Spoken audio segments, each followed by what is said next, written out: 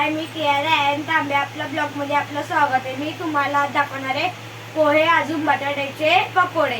इकडे मी पकोड्यासाठी घेतले तर बटाटे घेतले, त्याला बॉईल करून घेतले. पोहे घेतले ते पाण्यामध्ये भिजत टाकलेत. मिरची घेतले 2 कापून, कोथिंबीर घेतले, अजून मैद्याचं पीठ घेतलं थोडंसं, टाकलं नाही तरी पण चालेल, मी टाकते. अजून काळी मिरी पावडर घेतले. पुढची प्रोसेस तुम्हाला मी दाखवते. आता मी पोह्यामधलं पाणी नितळून घेऊन येते.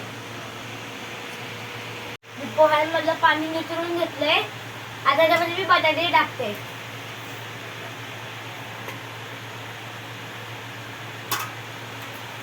आता मी त्यात मसाले टाकते. थोडा लसूण मसाला टाकते त्यात.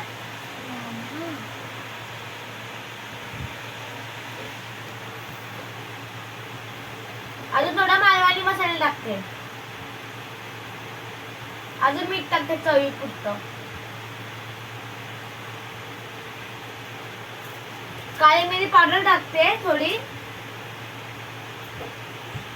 अद्रक लसूणची पेस्ट पण घेतली, ती पण टाकते.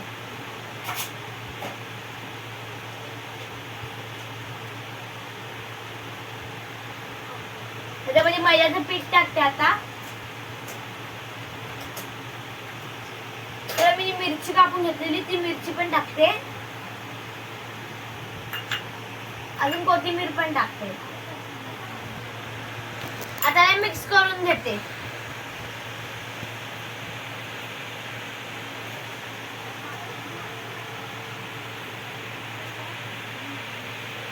मगाशी पीठ करून घेतलेलं आहे ना, आता त्याचा मी गोल गोल शेप मध्ये करून घेतलं. तुम्हाला मी पुढची प्रोसेस दाखवते.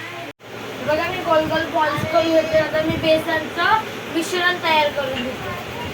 बघा, मी मिश्रण करून घेतलं. एवढं घट्ट करायचं असतं, त्याला लागलं पाहिजे. आता त्याला मी तळून घेते. कढई घेतली, कढईमध्ये तेल टाकले. तेल आता गरम झालं, त्याच्यामध्ये एक एक दोन दोन सोडूया.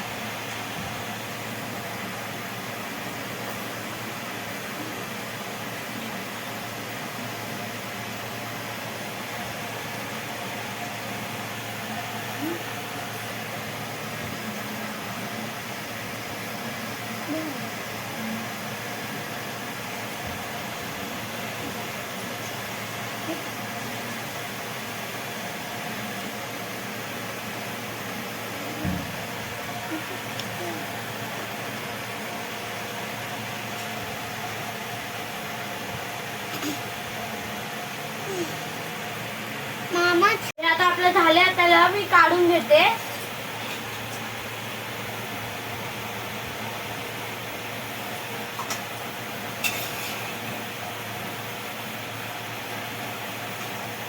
आता दुसऱ्या टप्प्यात पूर्ण झाल्याच्या नंतर तुम्हाला मी दाखवते.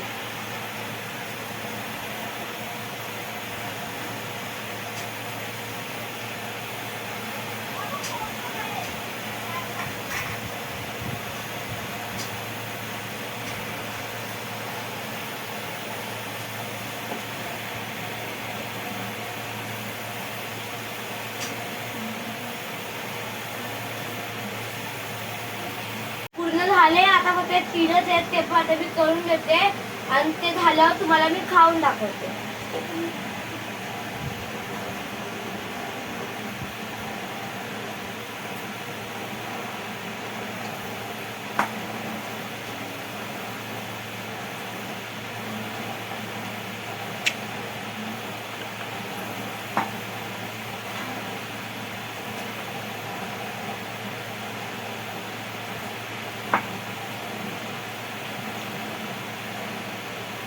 ह्याला मी हलवून घेते एकदा.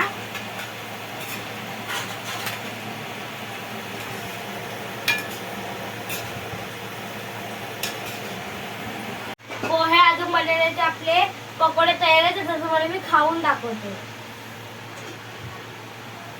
हे बघा, मस्त शिजले. इकडं मी शेजवान चटणी पण घेते. तुम्हाला मी त्याच्यामध्ये खाऊन दाखवते.